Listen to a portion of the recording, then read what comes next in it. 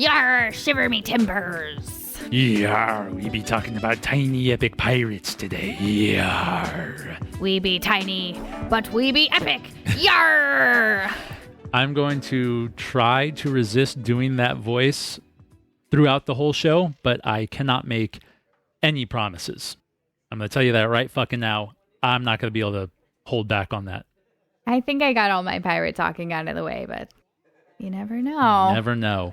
This is by Gamelyn Games. It came out on Kickstarter. It was successfully funded, and now it's all over the place. We are pairing up today's game with Brugal 1888 rum. I just poured us our first glass of the show. Here you go, Jess.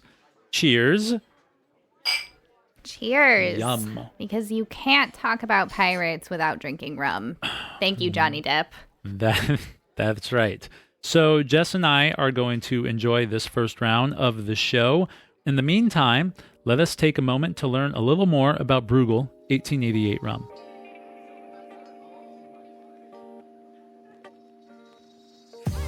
Brugal 1888 is truly a unique rum that brings the art of balance to a whole other level.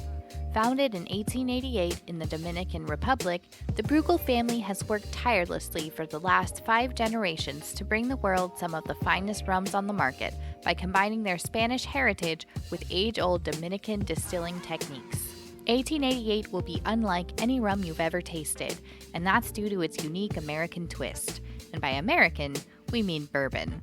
Your typical rum uses the sugar cane as its foundation within its brew with hints of vanilla, and 1888 is no exception.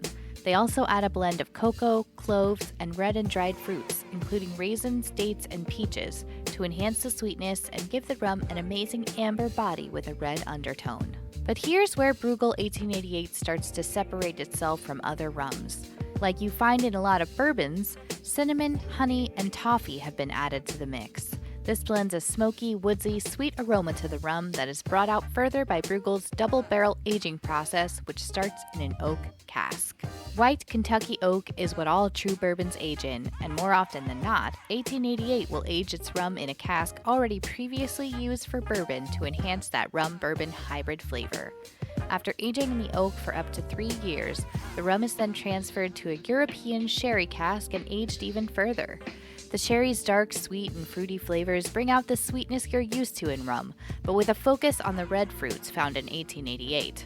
Brugal also puts their rum through multiple distillation rounds, giving you one of the cleanest and purest spirits on the market. This balance has promised to give you a smooth-bodied rum that taps into every section of taste buds you have. Experience the flavors and techniques of Spain, the Caribbean, and Central and North America with a long-lasting honey-sweet finish.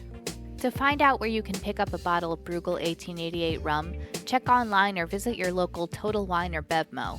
Its deep amber red color and net dressing will make this rum an easy one to spot. You can also go directly to the source by visiting brugal-rum.com. That's Brugal with a dash, rum.com.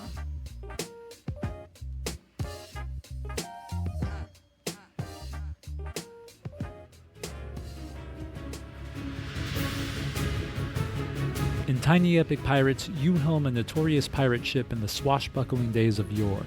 Guide your ship and crew throughout the unforgiving seas in search of fame and fortune. Plunder settlements, trade booty on the back market, hire scurvy crew members, and avoid the ever-vigilant Royal Navy. Be the first pirate to bury 3 treasures, and you can declare yourself the most nefarious dread pirate in the 7 seas. Tiny Epic Pirates is made by Gamelyn Games and can currently be found on their website for $35. It plays 1 to 4 players in 30 to 60 minutes and is recommended for ages 14 and up.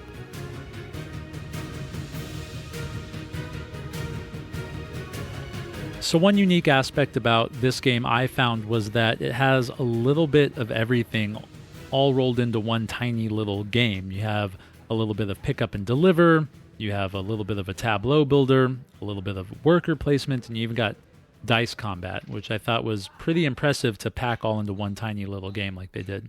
And it literally is tiny. The size of it is probably, 3 by 5 inches? Yeah. By maybe 1 inch? Yeah, that sounds about right. And what you do in Tiny Epic Pirates is you run around just doing pirate stuff, and your goal is to bury 3 treasures before anyone else does. So setting up the game is part of what makes it really interesting, and you get a different experience every time because you start with 16 different map cards and you arrange them in a 4x4 grid and you randomize it. So the map looks different every time. Each card has different locations on it that do different things, which we'll talk about a little bit later. Now, before anyone takes a turn, you first have to set up your turn rondelle on one of your player mats. And everybody has these 5 little triangle pieces that you shuffle up, each of them representing a turn you can take, and you lay them out on the captain's wheel of this rondelle, and that will be your own personal turn order throughout the game. Every player's turn order is going to look a little different. To determine which turn you're on the turn rondelle, you have a little captain meeple, and every turn you just advance them to the next space on the rondelle, and that determines what you get to do that turn. And before you take your captain's action, you have an option of moving your ship. Now, you can move just about anywhere you want to on the map, and how far you move across the map if you decide to move your ship will be dependent on a couple of different things that you'll pick up or that will happen throughout the game. But move or not, you take a turn, and everyone has the same turns they take, albeit in different order. The first turn I want to talk about is called crewing up. Now, when you start the game, you start with a crew of 1, and this is going to be your captain. He comes on the little card that you put near your ship, and this captain's going to have a couple of different things on his card. He's going to have a series of die faces, usually 3. I think with the captains, though, it's all 3, actually, yeah. And then at the bottom, he is going to have a series of bonus actions that will trigger when you take certain turns.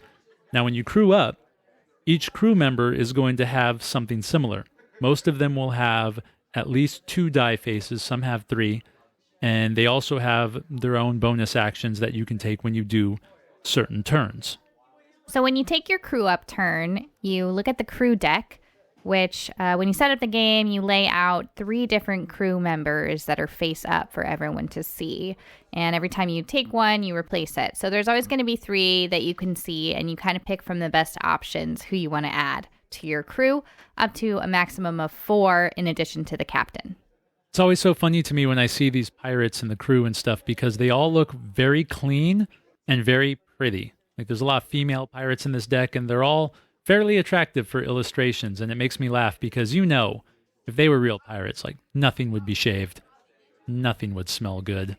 Probably covered in all kinds of grime. And lice. Yeah, that's what always makes me laugh about this is the crew is very pretty. It's like, yar, we'd be hunting for booty, but in real life, we'd be smelling like booty. You don't really get that with the crew, but anyway, I digress.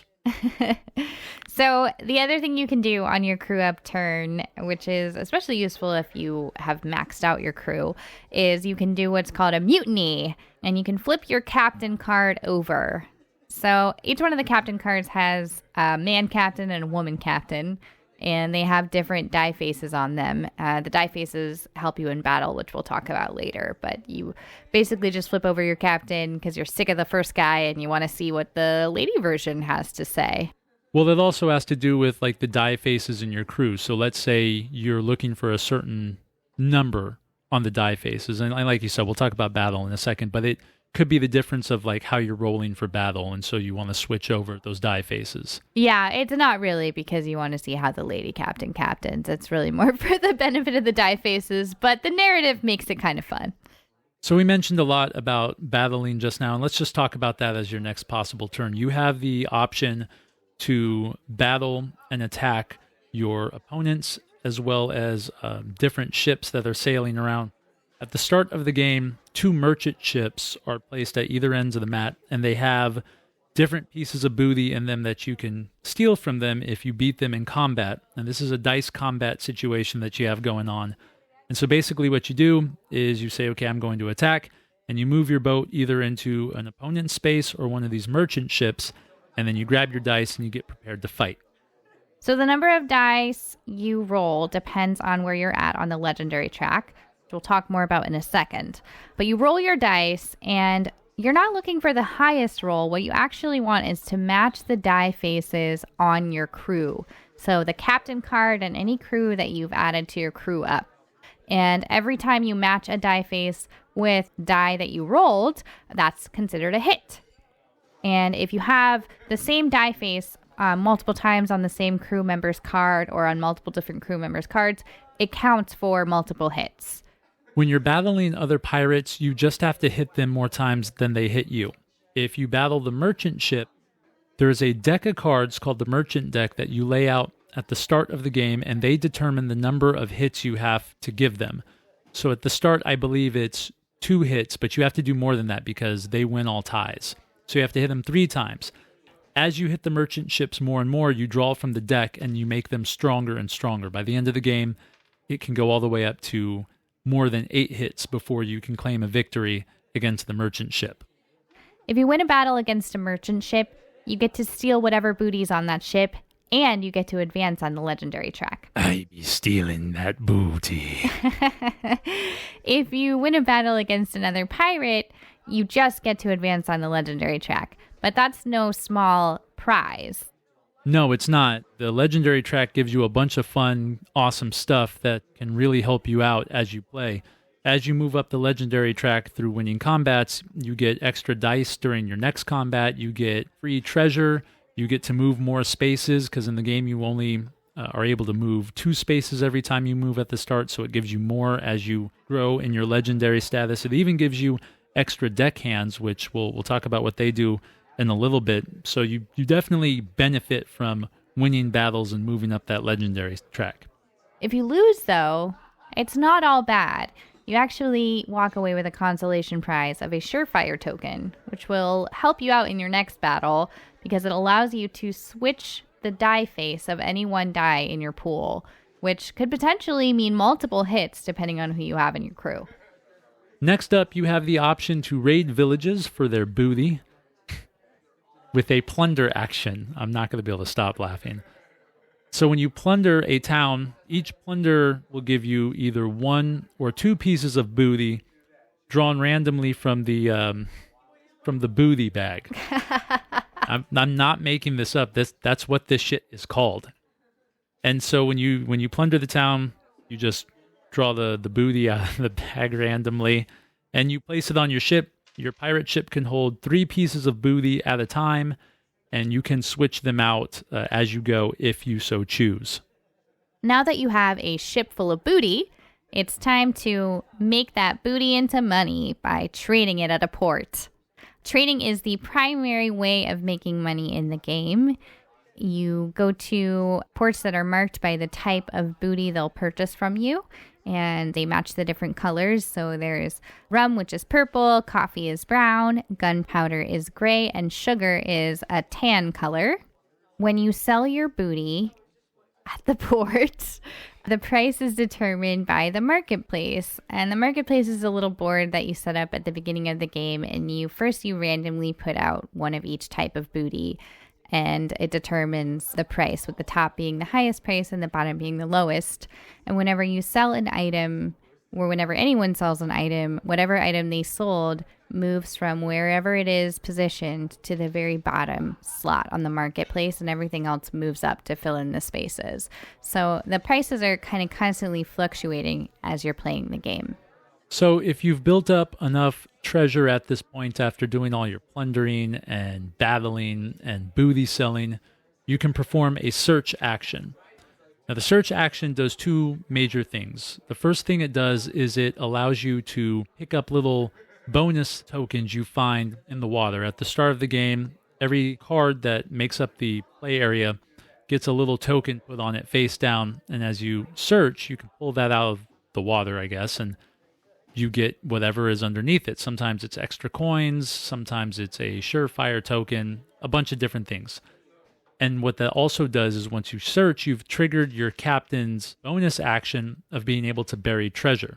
There doesn't have to be an item that you can search in order for you to trigger your bonus action of burying treasure, so you can just do it on any open space that allows you to bury treasure, and you'll trigger that bonus action on its own. So now you have your 5 actions, and everyone's got their specific order in which they do them. But one of the cool things about this game is that you can use your deck hands, which are smaller than the captain meeples, to potentially skip over certain actions if you don't want to do the next item on the wheel. When you first start the game, your deckhands are in little reserve areas of your ship where they give you different benefits based on where they're positioned, such as increasing the spaces you can move when you move your ship. You can take them out of these areas and put them on your turn rondel to skip actions, as I said earlier, and then your captain would just go to the next available action. Now, once you put your deckhand on the turn wheel, they stay right where they are until the captain either passes that turn up again or lands on it, and then you can take your deckhand and put him back down into whatever bonus action space that is available or that you want him to go to. And you can repeat this moving of the deckhands from the turn wheel back to their little deckhand space as often as you want until the deckhands get jostled. Being jostled is kind of like an in-game penalty, and what will happen is your deckhand or deckhands will move into an area of your ship called repair. Now, this can happen in a few different ways. One of the ways in which this happens is if you move through a storm. There's areas on the map that have storm clouds on them, and if you have to move through a storm or land on a storm, one of your deckhands is going to get jostled. Another way you can get jostled is by losing a battle. So you get that surefire token we talked about, but you also have to lose one of your deckhands to the repair section. And if you get caught by the Royal Navy, you actually get jostled and all of your deckhands go into repair. Yeah, you really don't want that Royal Navy ship catching up to you because it robs you of all your deckhand bonuses, but it also makes moving around that turn wheel a little slower. And in a game where you're racing to be the first to bury 3 treasures, you don't want to slow down at all if you can avoid it. And you can avoid the Royal Navy by utilizing the final action you have at your disposal, and that is hiding out. And this is basically a resetting of your ship. When you hide out, you pull into a cove, and you get to pull all your deckhands out of repair. The other thing that hiding out does for you is that you're in a cove, protected when the Royal Navy comes by. And what triggers the Royal Navy coming by is when you get all the way around your turn rondel.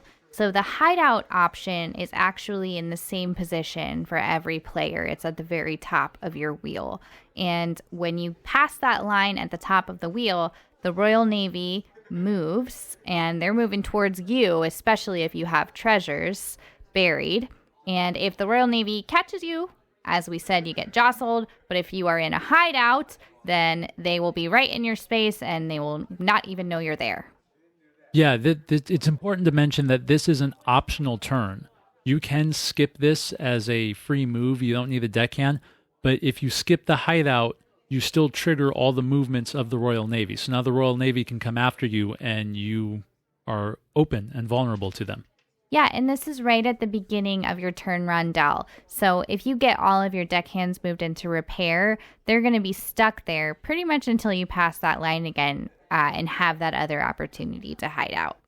So every player does those turns again and again in whichever way they see fit until somebody triggers the last turn by burying their 3rd treasure, and whoever buries 3 treasures usually first is the winner, but there's a bunch of tiebreakers in case 2 people have done it by the time the game ends. But typically, whoever buries 3 treasures first is the winner.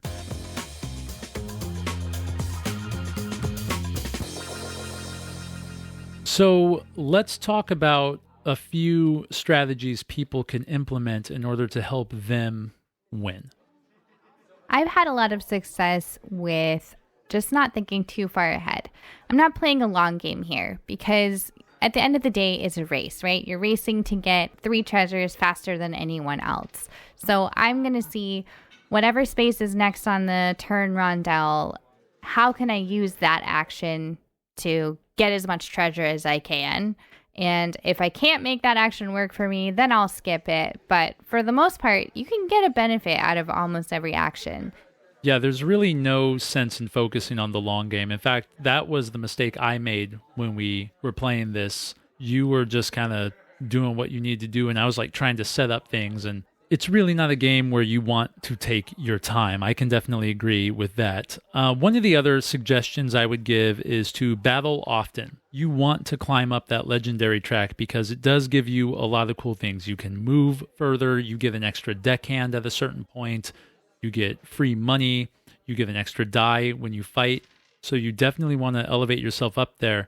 Plus, it's a tiebreaker if you need it at the end. But you also want to make sure that you can win the battles you sign up for. The surefire tokens are cool, but losing a battle is never ideal because if you lose to another pirate, they actually elevate on the legendary track instead of you. So make sure you pick your battles carefully and you fight the battles you're pretty sure you're going to be able to win. So part of how you can be sure you're going to win is by being strategic with your crew in terms of what die faces you're seeing. If you have a good variety, then you know no matter what you get, you're going to get a hit. Or if you have a lot of the same thing and you have a surefire, you know no matter what, you can turn one die to that and you're going to have all the hits you need. But the crew also have those bonus actions that we briefly talked about. And strategically using those is another way to really give yourself the edge in the game. They each have a kind of trigger action, which is whatever captain's action space you have to be on and able to trigger that bonus action. But then it allows you to do extra things. They might allow you to rearrange your deck hands after doing a plunder action, or after doing a battle, you can do a search. So if you really pay attention to those and use those strategically to your advantage, that can be a good strategy too. I think that another good strategy you can focus on, especially if you're playing this game with 3 or 4 people, is manipulate that market to screw with your opponents. Because it's a race to bury treasure and selling booty at the market is the fastest way to get that treasure. Being able to manipulate that market at the right time could be very beneficial for 2 reasons. Number one, it takes, let's say they have a piece of coffee worth 4 coins. Let's say you now sell that coffee yourself and now you bring it down to 2 coins and now they're only going to get 2 coins and you also get 4. That's something to pay attention to, I would say, because the less coins they can get, the better off you are going to be when it comes to finishing your own race. Yeah, absolutely. And I think the market manipulation kind of ties back into the avoiding the long game strategy, because if you're trying to gather up as many as you can of the most high-priced item, somebody else is going to make that item worthless by the time you can even trade it out. Absolutely. So giving back to Jess's point to short game, like if you have an item, sell the item. More often than not, I would say is good because, again, you're manipulating that market and you're giving yourself some coins. So the very last key strategy that I want to talk about is avoiding the Navy ship.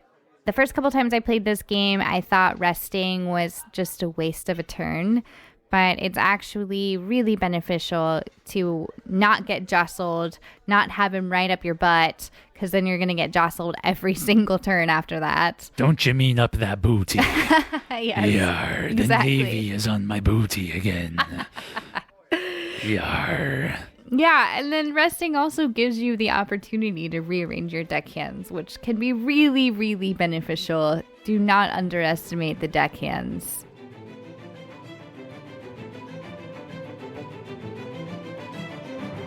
Modern pirates as we think of them today began primarily as privateers in the early 16th century. Privateers were merely pirates sanctioned by one kingdom to steal from another. It wasn't until 1650 that what history remembers as the Golden Age of piracy began. This era would last 70 years and include some of the most famous pirates, such as Blackbeard, Henry Morgan, Captain Kidd, and Calico Jack. While the movie Treasure Island from 1950 solidified what the world now accepts as the pirate accent, real-life 17th and 18th century pirates came from dozens of different countries from all over the world and would have had many different dialects, accents, and languages.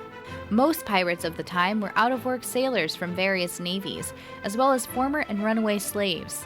Unlike the monarchies who dominated the world at the time, pirate ships were rather democratic, with many decisions being left up to a vote, including who would be captain. Contrary to popular belief, pirates rarely made anyone walk the plank, and keel hauling was even more rare. A pirate captain was more likely to recruit people from ships he raided rather than killing them. Rum is easily the most associated brew with pirates, and there are a few reasons for this.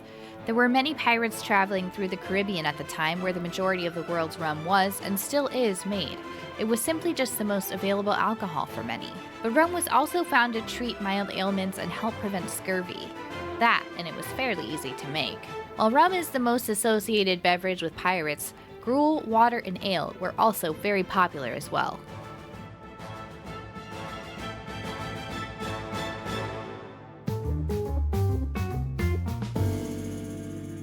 So I definitely would say that I like this game enough.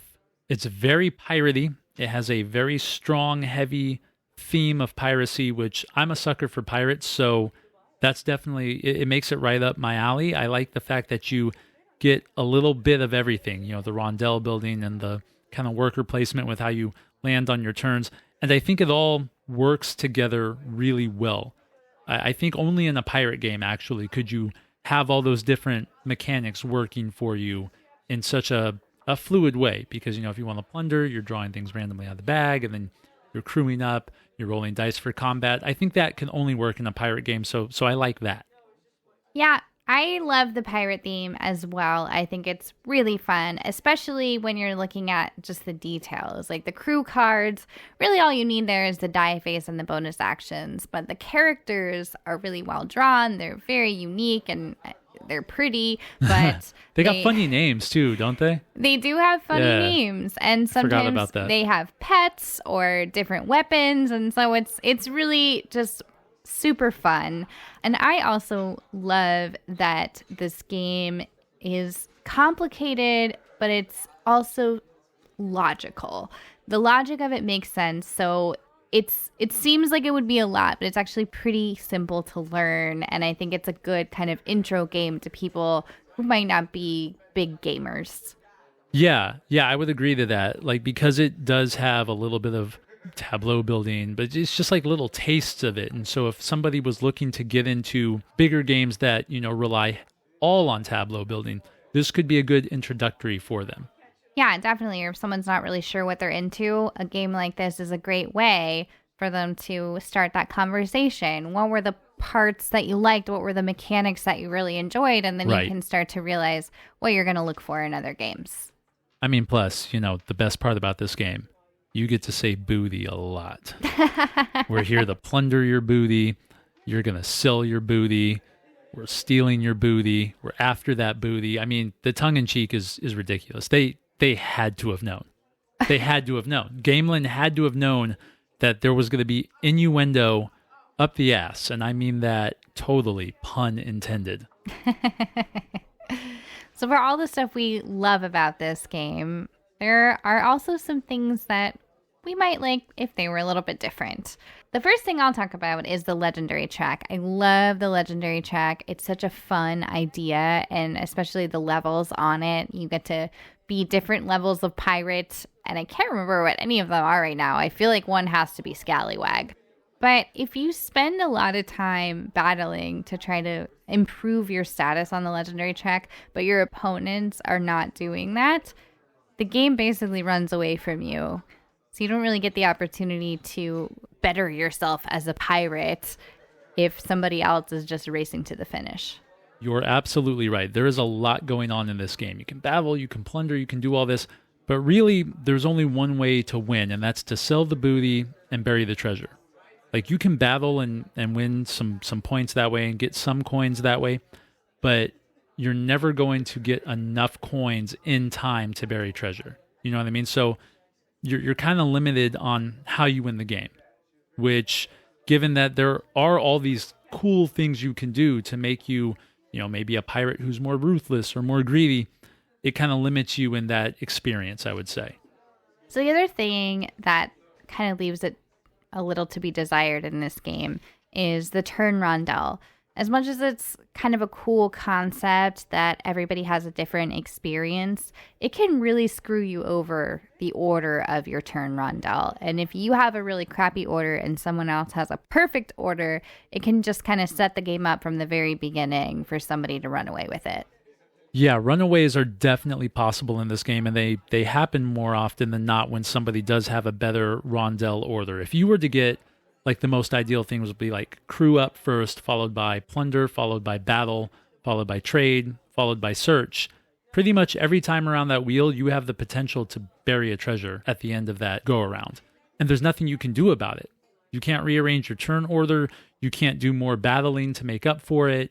You're just kind of stuck, watching them run away with the game. Yeah, of course, that is going to depend also on how the map is laid out. But that's another thing. We had one game where both of our coffees were right next to each other and our rums were right next to each other. And they're all on the same end of the board. Well, that makes it really difficult when you're trying to sell those items and you're all the way on the other side of the play area. Or you can get trapped in a space that's surrounded by storms and you can't move. Yeah, that's true as well. The other thing now that I'm thinking about the cards that make up the play area, the iconography on them, the thing that tells you can plunder here, you can trade here, it's all over the fucking place. I would have liked to see each corner have the same iconography on it. So like the cove is in the top left corner of every card that the cove is on, but it's not. You have some in the top left corner, you have some in the bottom right corner. And even for as many times as we've played this, I find myself like looking at every space going, oh, what can I do here? Oh my God, what can I plunder there? Because it's all over. That part does drive me a little nuts. All that said, though, I still think it's a great game. I really enjoy it. What do you think, babe? The theme is really carrying a lot of the weight for me. I've seen people critique this game for like not doing enough of this or that. I mean, keep in mind, it's a tiny epic game. It's going to be a taste of all these things we talked about. I don't judge the game too harshly for not being more like Merchants and Marauders or big pirate games that, go heavy because they're massive games.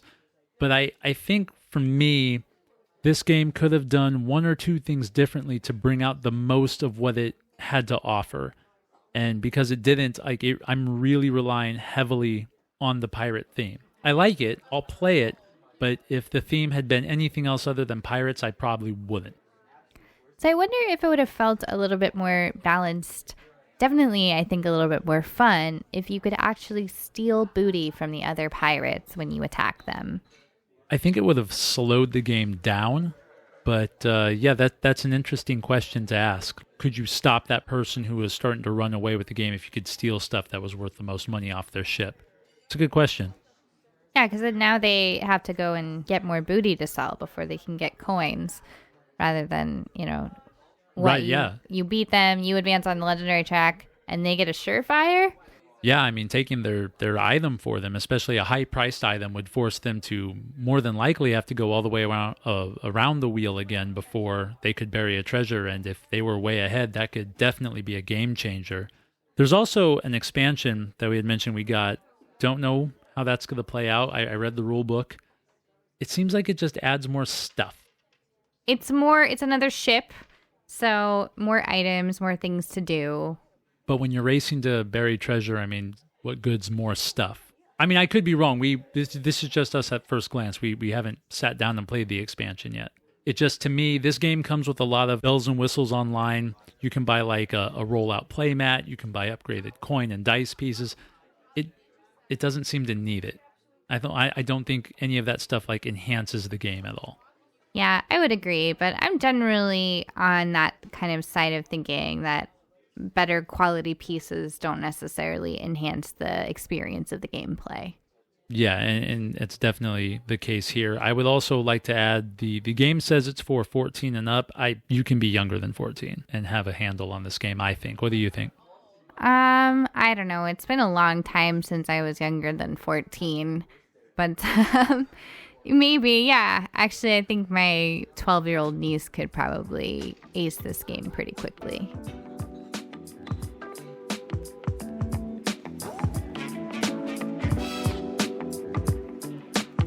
All right, so now that we've had the whole show to experience Brugal 1888 rum, Jess, what did you think about it? I'm a big fan of this rum. It's really sweet, it's flavorful, it's complex. I would call this, although I don't know if there's really such a thing, but I'd call it a sipping rum. It definitely is a sipping rum. I am a huge fan of this rum as well. This is easily top shelf liquor in our minibar. It's very complex. There's a lot going on in here. And I think it's a sipping rum because of the bourbon influence in it. Because when you drink it, you do taste that honey and that toffee. Still, at the same time, I don't know how they did it, but there's room for all the rum flavor as well. And you would think they would clash in some sort of weird negative way, but they don't. No, it works really well. It has these hints of banana and coconut that really keep that tropical rum essence in it, but it does work really nicely like a bourbon in the kind of sweet, smoky fullness of the flavor. And there's an aftertaste of honey, just like you'll find in most bourbons, but again, there's like red fruit mixture in there, very tropical, but at the same time, very woodsy. I can't get over that they managed to put both of those things, which should be complete opposites, together in a way that works very harmoniously. And it's very smooth. It goes down smooth. It's easy to drink. Like you said, it's fantastic for sipping. There's not a lot of things that I can drink liquor-wise without mixing them, and this is definitely one that I can drink by itself. If you were going to make a cocktail out of this, though, you could really spruce up normal cocktails with this type of rum. You could make bourbon cocktails, you would have to add a rum twist, or you can make rum cocktails by adding a bourbon twist, and you would really spruce up a lot of your cocktails that maybe you don't like because I don't like straight Manhattans or I don't like regular, hurricanes. This could spruce it up in a really, really awesome way. I would agree. If you like bourbon and you're interested in branching out with darker rums, I would say definitely give this a shot. And if you like rum, I still think rum drinkers are going to like this because there's enough rum in there, but it's going to have a little bit of a twist to it that, will keep your palate interested. I think if you're a refined rum drinker. I would agree with that. Absolutely. Now, there is a proper way to drink this rum if you're going to sip it by itself. Believe it or not, there is a proper way to sip all hard alcohol. With this one, because there are so many things going on flavor-wise, smoke and honey and toffee and red fruits, and there's a little bit of banana in there, you're going to want to hit every area of your tongue as each sip goes down. So you start from the front, and then you let it go all the way to the back. Make sure this rum hits every one of your taste buds, and that's how you get that full flavor and experience of this particular rum. And the crazy thing about it is that you get all this flavor, all this complexity, and it's only about $40 for a bottle, which is really reasonable for everything that you're getting. Yeah, for the price, you really can't do any better. Even if you were just curious about the rum, you're only out $40 if you didn't like it, and that's really reasonable compared to most other hard liquors out there. I easily rate this a 9 out of 10, top shelf for me. Jess, what about you? Yeah, I would definitely put this on my top shelf for sure.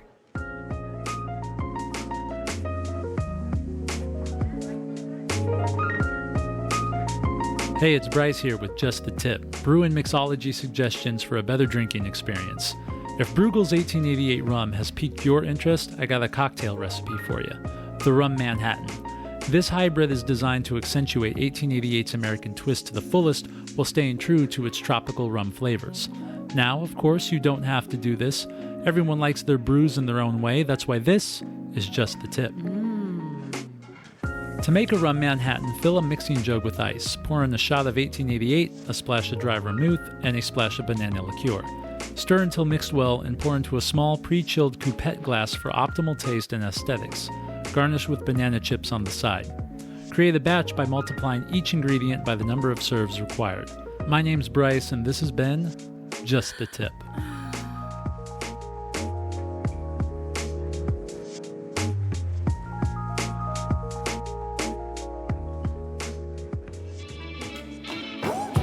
That just about covers it today. Thanks for listening, everybody. If you like the show, feel free to share it with your friends.